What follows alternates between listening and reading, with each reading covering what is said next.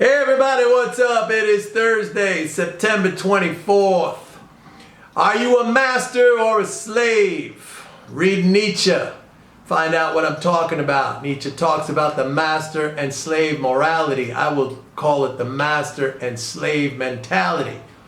A master mentality is defined by confidence and strength and self-actualization through his own efforts, and a belief in oneself, and discipline, and mental toughness, and moving forward, and not being disturbed by external things and circumstances, dealing with it.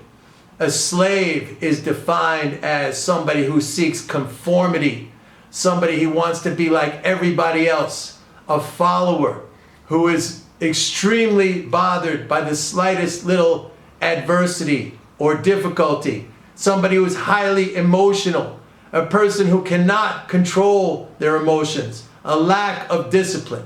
Which are you, a master or a slave? I am a master. I master my own conditions, my own life, and my outcome. Most of you are slaves. I see that. The market goes against you a little bit. Oh, look, it's down. What am I going to do? You said it was going up, but it's down. Oh, it's up. The dollar's up. You said it was going down. You're slaves. That's the problem. Got to develop a master mentality. Read Nietzsche. Toughen yourself up. I've had this conversation with you people for a long time where you think there's some magical system that's going to take you to where you want to go. The secret to success lies within you. Everybody has the potential, but will you tap into it? That is the question. Most people don't. Most people won't. Most people want that conformity. They want to be with the crowd because then they could say, hey, you can't blame me. Everybody else was doing the same thing. And it's not just, I'm not just talking about a small group of individuals. I mean, you see that on an institutional level. You know, I talk about that all the time.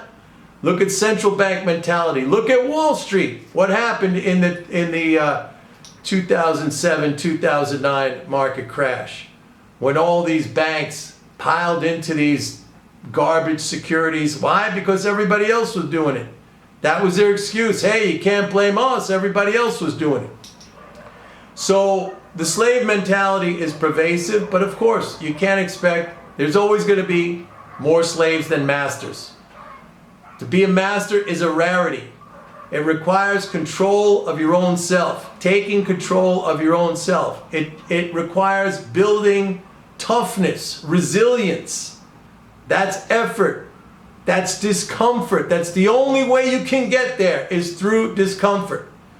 People shy away from that. I say so many times, you have to seek that. You have to embrace that. When it comes to trading or anything having to do with markets and investing, when you're in a condition like that, when you're in a circumstance like that, you got to embrace that. You got to see that as a positive. You know, everything is about framing. And that's the one thing you have absolute control over.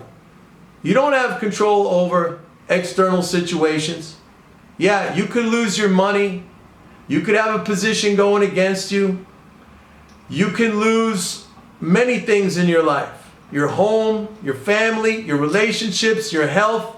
But the one thing you have absolute control over all the time is how you frame your situation. And it's all about framing, and it's all about language. I know I used to make this mistake personally. I used to use words that would trigger emotional reactions. Oh, I'm getting killed. Oh, the market's crashing. It's going in a tank. None of these things are reality. These are metaphors that unnecessarily scare you or create emotional reactions within you that cause you to behave in a way that is counterproductive to what you are trying to achieve. You have control over the words you use. Many of you don't understand that. So I wanted to bring you this concept today, the master and the slave concept. If you're going to make it, if you want to make it, You have to become a master. Masters are not quitters. Slaves are quitters. When it gets tough, what do? They quit. They run. They're constantly in search for the easy path when the easy path does not exist. The master creates his own path. And when there's no path, he forges a new one to get to where he or she wants to go.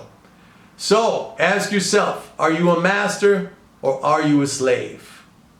See you tomorrow. Bye-bye.